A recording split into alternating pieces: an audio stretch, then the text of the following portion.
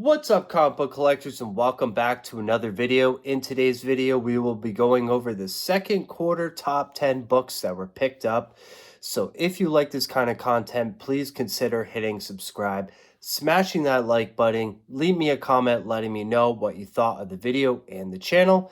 And as always, follow me on Instagram. I post all the books that I share here on that page. You could follow me at Up.NorthComics. So this quarter was kind of a go big or go home kind of quarter. The first quarter was fine. I was just kind of trying to figure out what I wanted to collect, but this one had a lot of really big books in that genre of what I wanted to collect. And now I'm kind of migrating and just thinning out my collection, trying to get bigger keys that I want. So in this second quarter was just kind of building that foundation. So without further ado, I would like to share with you guys the top 10 books that were picked up the second quarter of this year. I had a lot of fun. I got some really big keys as far as Amazing Spider-Man and X-Men is concerned, with another couple books sprinkled in that you will see here. So without further ado, let's get into the honorable mention. A big part of the second quarter for me was reading and reading material. So I wanted to pick up some books that I could read that got recommended to me as being really good stories. And the first one on the list, which is going to be the honorable mention to the top 10, is this book right here. And that is Batman: The Killing Joke. This book is written by Alan Moore and it has a cover by Brian Boland. Awesome cover right here. Ever since I've been starting to collect comics, I've seen this book and I just was really drawn to it. This is printed in 1988 as a first print one-shot, and awesome book right here. And just really happy to have it. And I'm adding it to the queue to my reading list. I haven't gotten the chance to read it yet, but I did read the next book, which is going to be the number 10 on this list. So coming in at number 10 is a book that I did read and I really did enjoy the story. So I went ahead and picked up the other issues, and that book is this one right here, Batman: The Dark Knight Returns. Iconic cover right here, printed in the same era as The Killing Joke, and definitely was recommended to me. This is written by the legendary Frank Miller, which this issue is actually signed by him on the interior pages, so that also adds a nice touch to this book as well. Really love the story of this book. Decided to pick up the next couple issues and finish it off. I haven't read any of those books yet, but I do plan on doing so. So coming in at number 10 is this iconic book for Batman, The Dark Knight Returns. So coming in at number 9 is a little bit lower on my list, probably just because it's still new maybe, and it just hasn't set in that I finally own this book.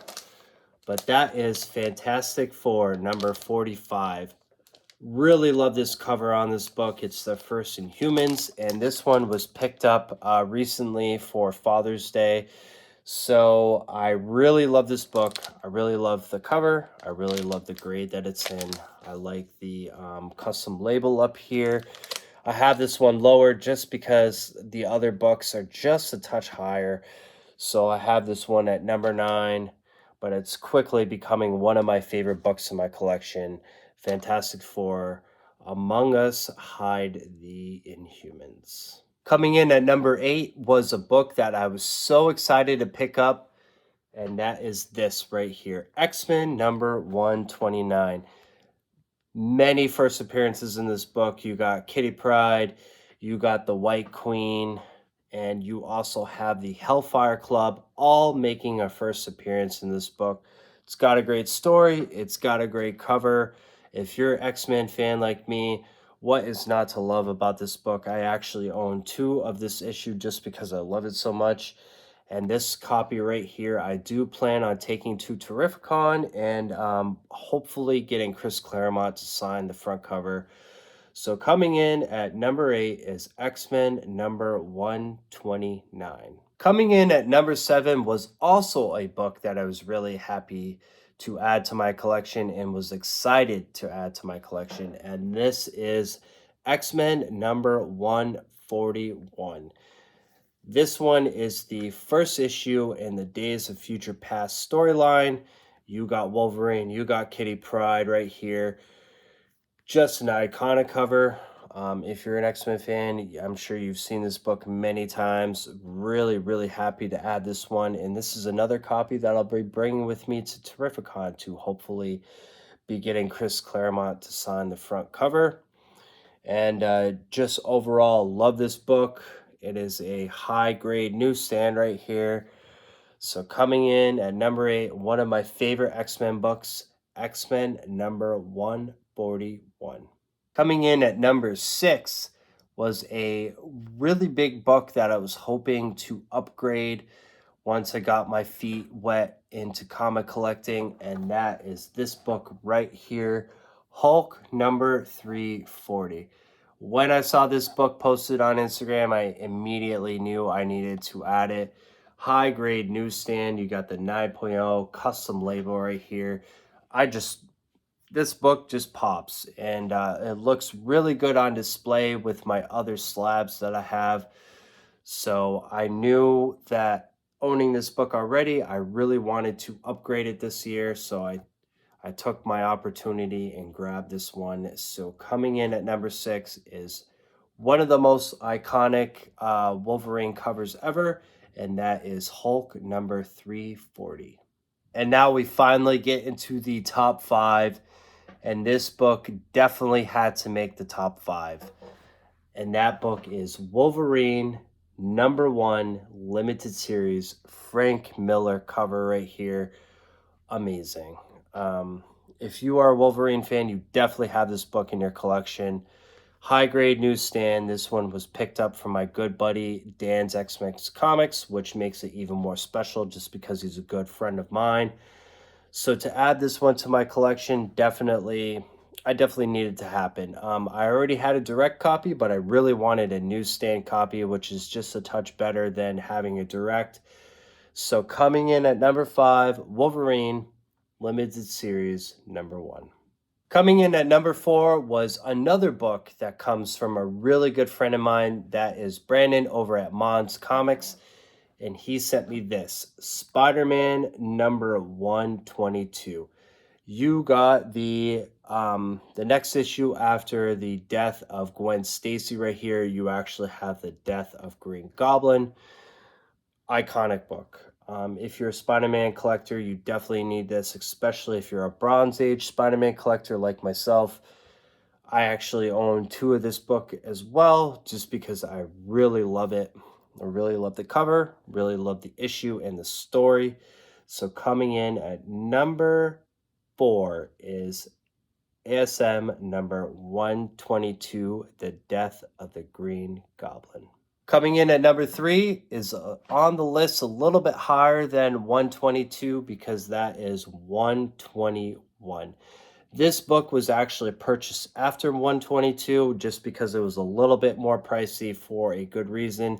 That this is the quintessential big book for the storyline because you have the death of Gwen Stacy right here, and just a fantastic book altogether.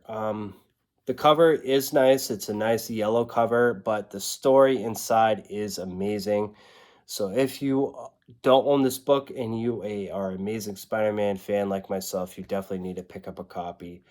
So coming in at number 3 is ASM number 121, The Death of Gwen Stacy. It was really hard to choose a number 2 and a number 1, but I think I picked the right books, and we'll get into that. So coming in at number 2 was this book right here, ASM number 300. Quite possibly one of my favorite books in the hobby. I don't know what it is. Even after owning this book, just seeing it posted, I love it. I love it so much. 7.0 newsstand. Couldn't ask for better just because I paid an incredible price for this book. And just to be able to hold this book and own it in my collection means a lot. It's definitely one of the books that I wanted to pick up really bad when I first started collecting. So to own it, second part of this year or second quarter this year, is just amazing. So coming in at number 2, ASM number 300. This is the first Venom. So we're down to the last issue, number 1. Number 1, I needed to give to this book just because of the story that's with it. So in my last quarter top 10, I had this book pretty high, and it turned out that it had some color touch on it. So while I found that out, I went ahead and pulled the trigger on a high grade copy of this book. And that book is X-Men number 101. I needed to own this book, and I needed to have it slabbed. And to have a high grade like this in 8.0 is just amazing. I pretty much paid full price for this book. I didn't care. I just wanted to own it, and I just wanted to be in my collection. So I didn't get it for a steal, but with the background story, with it, I love it. It's just a completionist thing that I have in me that, I'm glad to be done with it. I'm really happy with the book. I'm really happy with the grade. I don't think I'll be upgrading anytime soon. So for the second quarter of this year, definitely needed to happen. So coming in at number 1, the first Phoenix. So that's going to do it for the video, guys. Thank you so much for taking this journey with me on the second quarter of this year. Who knows what's going to happen in the third quarter, right? We have Terrificon slowly approaching. It is July 1st right now as I'm recording this video. So you never know what I can show. You never know what we're going to pick up at the con, but we're definitely going to report back here and have some videos to go along with that. So thank you so much for watching. And as always, we will see you on the next video.